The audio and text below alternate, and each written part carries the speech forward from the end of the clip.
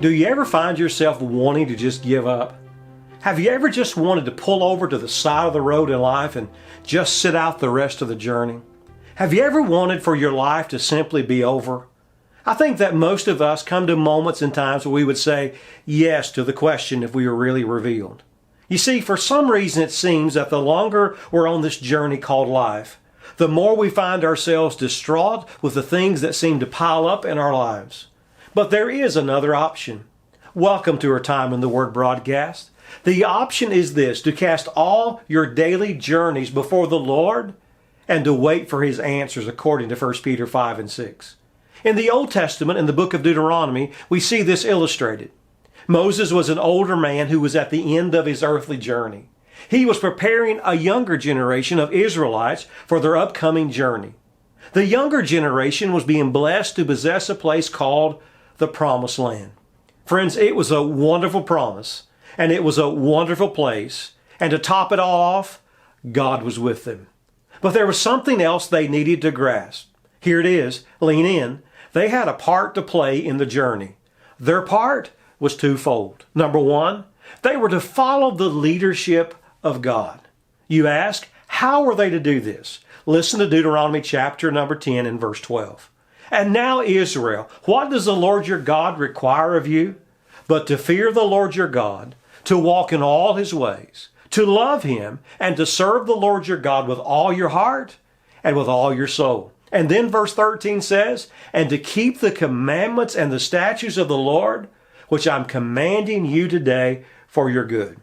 Friends, beyond a shadow of a doubt, I've found it to be true that I want to give up when I forget God, and when I take into my life the things of the world that are not a part of what God has called to be in my life. So let me ask you this. Are there things in your life that you need to cast aside so that you can finish the race? Secondly, I would tell you this, not only to follow God's leadership, but secondly, you are to fight underneath the leadership of God. You see, those people were to remove the enemy from the land. In that same passage, it says this, you shall therefore keep the whole command of God that I command you today, that you may be strong, and that you would go in and take possession of the land that you're going over to possess. Dear friends, you will never be able to make it with God unless, now watch this, that you do your part and fight the good fight of faith. You're on God's team, not against God. I think it's time for the church of the Lord Jesus Christ, don't you, to get up and start following the lordship of Christ once again.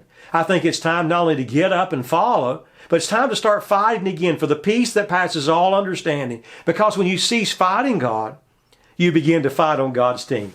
I love how the writer of Hebrews puts this. Here it is, Hebrews chapter 4, verses 8 and 9. For if Joshua had given Israel rest, God would have not have spoken of another day later on. So then there remains a rest for the people of God. Then there's verse 10. For whoever's entered God's rest has also rested from his works as God did from His.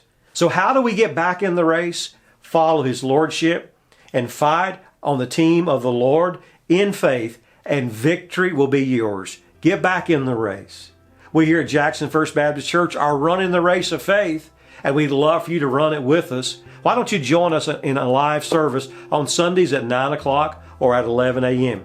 Community groups are Sundays at 5. Wednesday night, all of our events begin at 6 o'clock, except our college. Our college minister, we have our worship service at 8. We'd love to have you join us. You can check us out at jacksonfbc.com. And as always, I love you. And until next time, may God richly bless you.